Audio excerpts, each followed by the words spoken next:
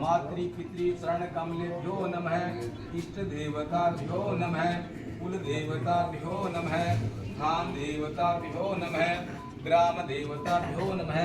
स्वस्ति देवताभ्यो नमः। सर्वेभ्यो देवेभ्यो नमः। सर्वेभ्यो ब्राह्मणेभ्यो नमो नमः। स्वाहा स्वाहा स्वाहा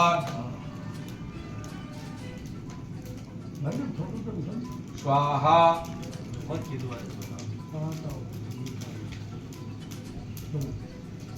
ओम स्वाहा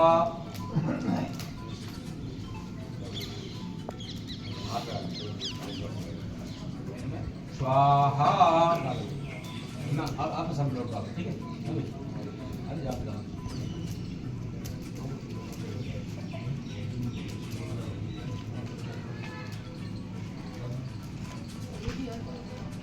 ना अपने बेटा सीध डालिए अपनी स्वाहा। ओम विष्णवे नमः स्वाहा। ओम विष्णवे नमः स्वाहा। ओम विष्णवे नमः स्वाहा। ओम ब्रह्मणे नमः स्वाहा। ओम ब्रह्मणे नमः स्वाहा। ओम ब्रह्मणे नमः स्वाहा। दासाम शिवाय नमः स्वाहा। दासाम शिवाय नमः स्वाहा। दासाम शिवाय नमः स्वाहा। ओम महादुर्गाय नमः स्वाहा। मदे नमः स्वाहा। ओम राम भद्राय नमः स्वाहा। ओम राम भद्राय नमः स्वाहा। ओम राम भद्राय नमः स्वाहा। ओम कुलदेवै नमः स्वाहा। ओम कुलदेवै नमः स्वाहा।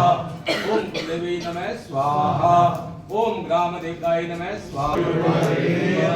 भर्गो देवस्य धीमहि धियो यो न प्रचोदयात् स्वाहा। ओम भूर्भुवः स्वः तत्सवितुर्वरेण्यं भर्गो देवस्य धीमहि धियो यो न प्रचोदयात् स्वाहा। ओम भूर्भुवः स्वः तत्सवितुर्वरेण्यं भर्गो देवस्य धीमहि धियो यो न प्रचोदयात् स्वाहा। ओम भूर्भुवः स्वः तत्सवितुर्वरेण्यं। ठीक है सर, ठीक है सर।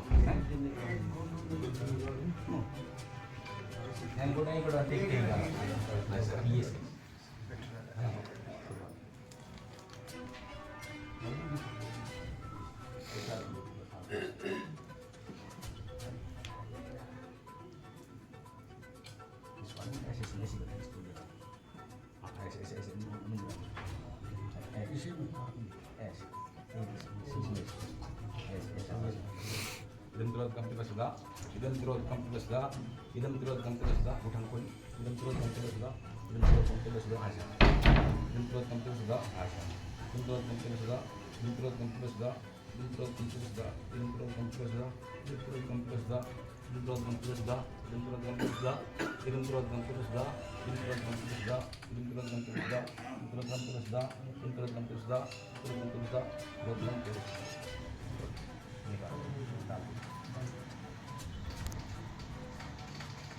Mungkin kalau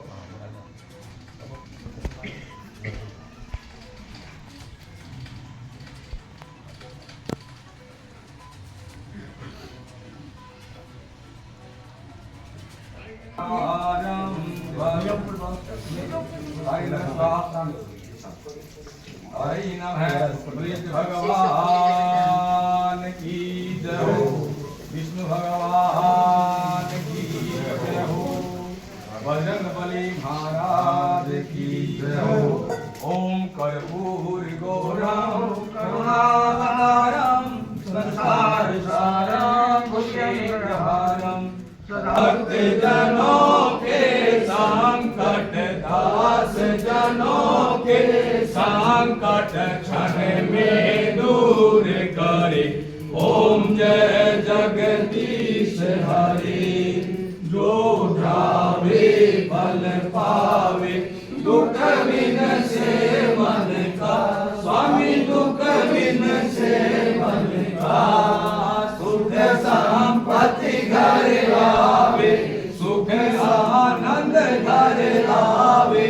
कष्ट मिटे तन का। ओम जय जगदीश हरे। मात पिता तुम मेरे, शरण करो मैं किसकी। स्वामी शरण करो मैं किसकी। तुम बिन और न दूजा, प्रभु बिन और न कोई। आस करो मैं जिसकी।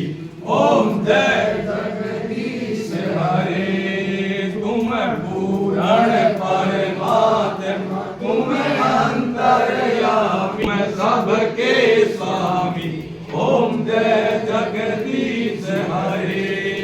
तुम करुणा के सागर, तुम पालन करता। स्वामी तुम रक्षा करता। मैं मूरख खल कामी, मैं सेवक तुम स्वामी। कृपा करो भरता। ओम जय जगदीश हरे। तुम करुणा के सागर, तुम पालन करता। स्वामी तुम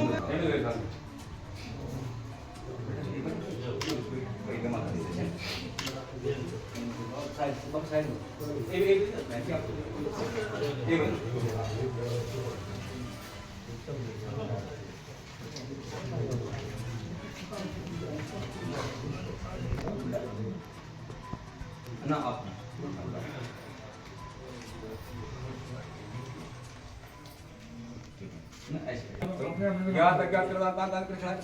परीक्षायाम पदे पदे, परीक्षायाम पदे पदे।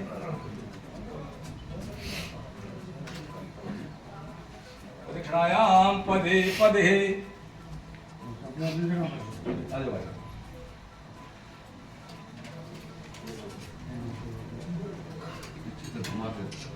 आप अपने पापा के बारे में। मेरे पिताजी नरेश यादव पूर्व विधायक जो अटेली से 2005 में आज़ाद उम्मीदवार थे। वो आज भी आज़ाद हैं, पहले भी आज़ाद थे और आज़ाद रहेंगे।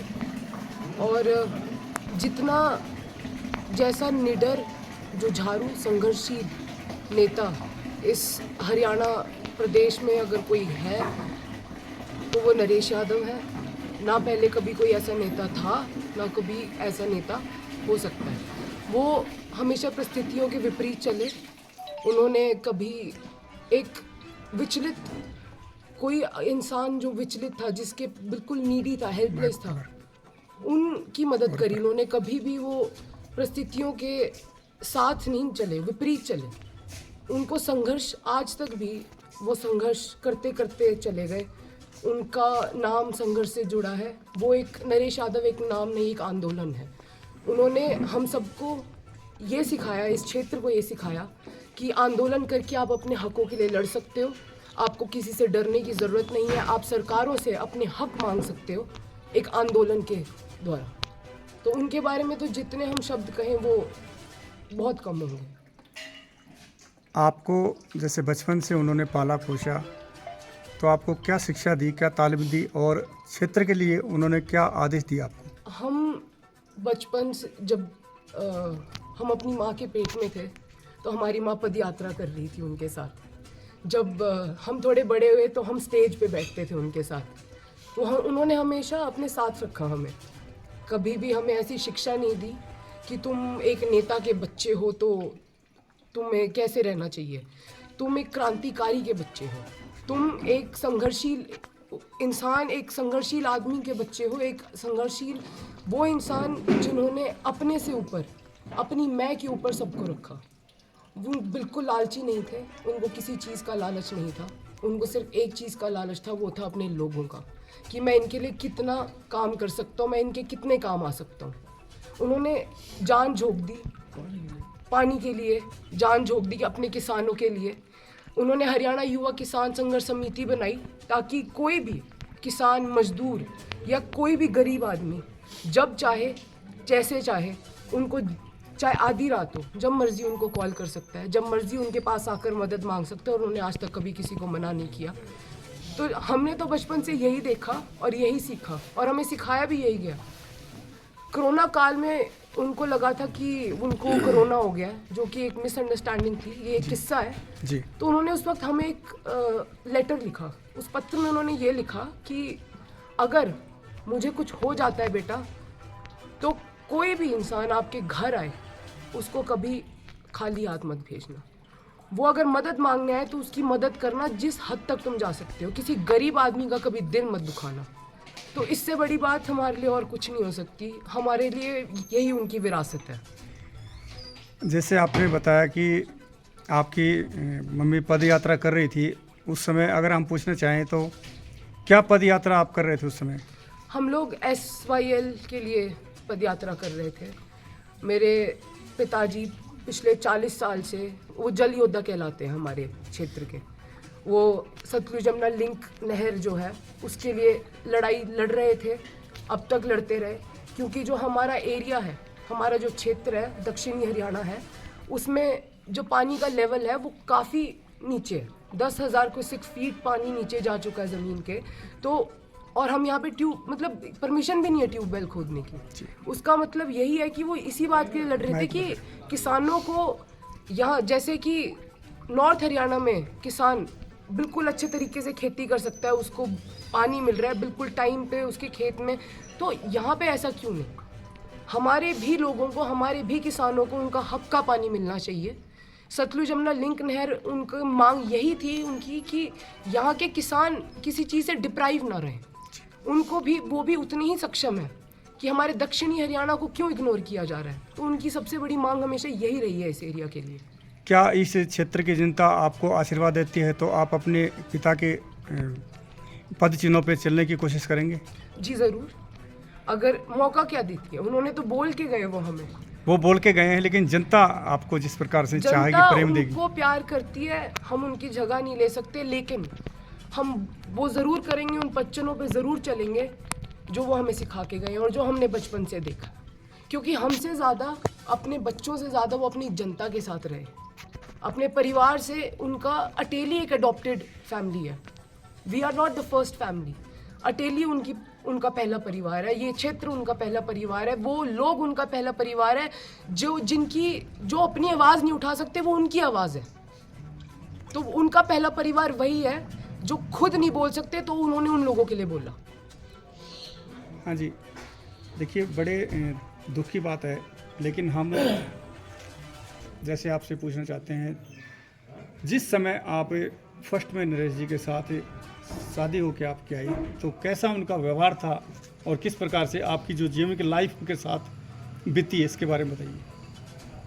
सन 1993 10 दिसंबर मेरी शादी हुई। जहाँ पर मैंने जन्म लिया वो महत्वपूर्ण स्थान है मेरे लिए, और जहाँ पर वो मुझे साथ लेकर आए जिस गांव में, वो मेरे लिए बहुत सम्मानित है।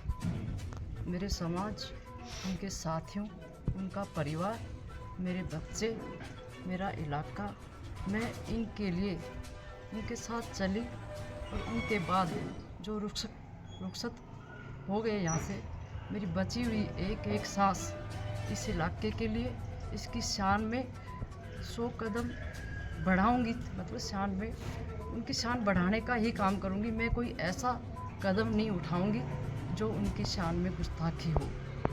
वो दलित, दबे कुचले लोगों की आवाज़ थे। उन्होंने कभी अपने बीच में बिचौलिया नहीं रखा, मैं भी नहीं रही बिचौलिया, कि जो भी आया उनसे सीधा ही मिला।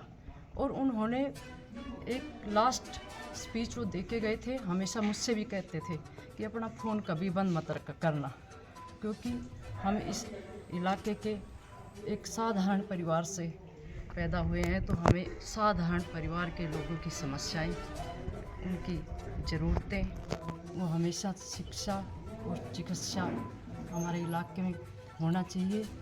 क्योंकि जब भी कोई बीमार होता है या कोई शिक्षा की बात होती है तो हमारे बच्चे दूर जाते हैं। अब तो बड़े सक्षम हो गए लोग पढ़ लिख कर, पहले इतना भी फैसिलिटीज नहीं थी यहाँ पर। तो वो चाहते थे कि मेरे इलाके के अंदर वो सुविधाएं हों जो बड़े शहरों में है, रोहतक में है, चंडीगढ़ में है, दिल्ली में है। तो उनके जो, वैसे तो वो अपनी छोटी सी उम्र में जो एक साधारण आदमी कर सकता है उससे 100 गुना वो करके चले गए हैं। फिर भी हमें हमारी बची हुई ज़िंदगी भी हमारे लोगों के लिए, समाज के लिए समर्पित है। इसके अलावा मुझे कोई काम नहीं है, मैं यहीं रहूँगी। मेरा जीवन मरण सब कुछ अब यहीं है। मैं ये कह रहा हूँ जी, मेरे को नारनौल खात नहीं मिला। खात नहीं मिलने के कारण से मैं लाइन में लगा हुआ था, और वहाँ सुरेंद्र की मम्मी भी थी, सरपंच जो नीरपुर का है, उनकी मम्मी भी थी खात लेने के लिए। मेरे को बुलाया, आप लाइन में लगने की क्या ज़रूरत है आपको, मेरे पास आ जाओ, जितना आपको खाद चाहिए उतना। मैं गया हूँ, और जाने के बाद उन्होंने ये कहा, अच्छा साहब आप मेरे अकेले आदमी हो नारनौल इलाका में, अब तक पूरा मेरा साथ दिया आपने, और मैंने भी आपका साथ दिया है। तो उन्होंने मैं अपना परिवार समझता हूँ नरेश यादव का, और वो मेरा परिवार समझता था। जब भी मेरा दुख हुआ उन्होंने मेरा पूरा अहवाल सवाल किया है। और क्या बताऊँ, लास्ट में ये कह के गया, मैं चुनाव ले लूँगा, इवानी बेटी को आपको कामयाब करना है। ये मेरी आत्मा की बातें हैं, कोई अलग नहीं कह रहा हूँ। ये बोल के गया है, और ऊपर ये भी कह के गया है, मैं तेरी ऊपर जगह ऐसी रखूँगा, आग पूछो बतना। तो मैंने नेताजी को यही बात कही, नेताजी कोई बात नहीं, जैसा होगा हमारे से मदद करेंगे, और जो भी परिवार में कोई भी ऐसी मेरी तरफ से कोई बात होगा मैं ज़रूर पूछूंगा। ठीक है जी। और आखिर में यही कहूँगा, भगवान उसको आत्मा में शांति दे, और उनको हमेशा इस हरियाणा क्या पूरा भारत याद रखेगा उनको। हाँ जी बताइए। मेरी उम्र 47 साल हो गई। मैं नरेश यादव के साथ 18 साल का एक सिपाही कार्यकर्ता बन के लगा था, और उनके आशीर्वाद से 7-8 बार उनके साथ पैदल गया पानी के लिए, काफ़ी बार उनके साथ संघर्ष में साथी रहे। उनके आशीर्वाद से मैं गांव का सरपंच भी रहा। आज वो इस दुनिया में नहीं है, लेकिन हम उस परिवार के, उन बच्चों के साथ रात दिन खड़े रहेंगे जैसे नरेश यादव के साथ रहते हैं। नरेश यादव एक युग था, किसान मजदूर गरीब के मसीहा थे वो। आज वो आवाज़ संघर्ष का अंत हो गया। मेरी कामना है बच्चों से कि वो उस नरेश यादव तो नहीं बन सकते, उनकी आवाज़ बन के इस इलाके का मान सम्मान करें, उसके लिए आत्मा को आगे बढ़ाएं। आज हमारे बीच में हमारे बड़े भाई किसान संघर्ष समिति के अध्यक्ष, जलयुद्ध के नायक नरेश यादव नहीं हैं। मैं आपको बताऊं, जिस विश्वविद्यालय से नेताजी ने अपना राजनीतिक कार्य शुरू किया, मैं उसी विश्वविद्यालय की पौध हूँ। और मैंने उस विश्वविद्यालय में जब मैं गया, नेताजी वहाँ से अपनी मास्टर डिग्री कंप्लीट करके निकल चुके थे, अपने अटेली क्षेत्र में अपनी राजनीति शुरू कर चुके थे। सच तो ये है, मेरे जैसे हजारों छात्र जो इस इलाके से यहाँ तक दूसरे क्षेत्रों से भी जो उस विश्वविद्यालय में जाते थे, तब नेताजी ने हमारे संपर्क में आए। उसके बाद हमने जो उनसे सीखा, हमने पाया कि उस जैसा इंसान, गरीबों का मसीहा, नीडर, जो उस विश्वविद्यालय से छात्र राजनीति में प्रधान पद पे मनोनीत होने के बाद हम जैसे लोगों को भी ऐसा रास्ता दिखा के गए कि आज भी हम उनके पसीनों पे चलते चलते, नेताजी के साथ रहते रहते, जितनी भी उनकी संघर्ष, चाहे पद यात्रा हो, चाहे रथ यात्रा हो, यहाँ इस क्षेत्र में अनगिनत ऐसे ऐसे प्रोग्राम किए जिसमें हम सब जो यहाँ आपके सामने उपस्थित हैं, सभी उनके साथ कंधे से कंधा मिला के लगे रहे। और हम अब भी, ठीक है नेताजी हमारे बीच में शारीरिक रूप से नहीं है, लेकिन आज भी हम अपने आप को नेताजी के पास ही पा रहे हैं। और आशा है कि हम सब जब तक जिंदा हैं, हम नेताजी को अपने पास पाके उनकी आवाज़ को आवाज़ बना के रखने की कोशिश करेंगे। एक्स सर्विसमैन हूँ मैं, 15 साल से नरेश यादव के साथ जुड़ा हुआ हूँ। मैं परमात्मा से ही यह आशीर्वाद करता हूँ कि उनकी आत्मा उस स्वर्ग में जगह दें और उनके बच्चों को समर्थ और शक्ति दे।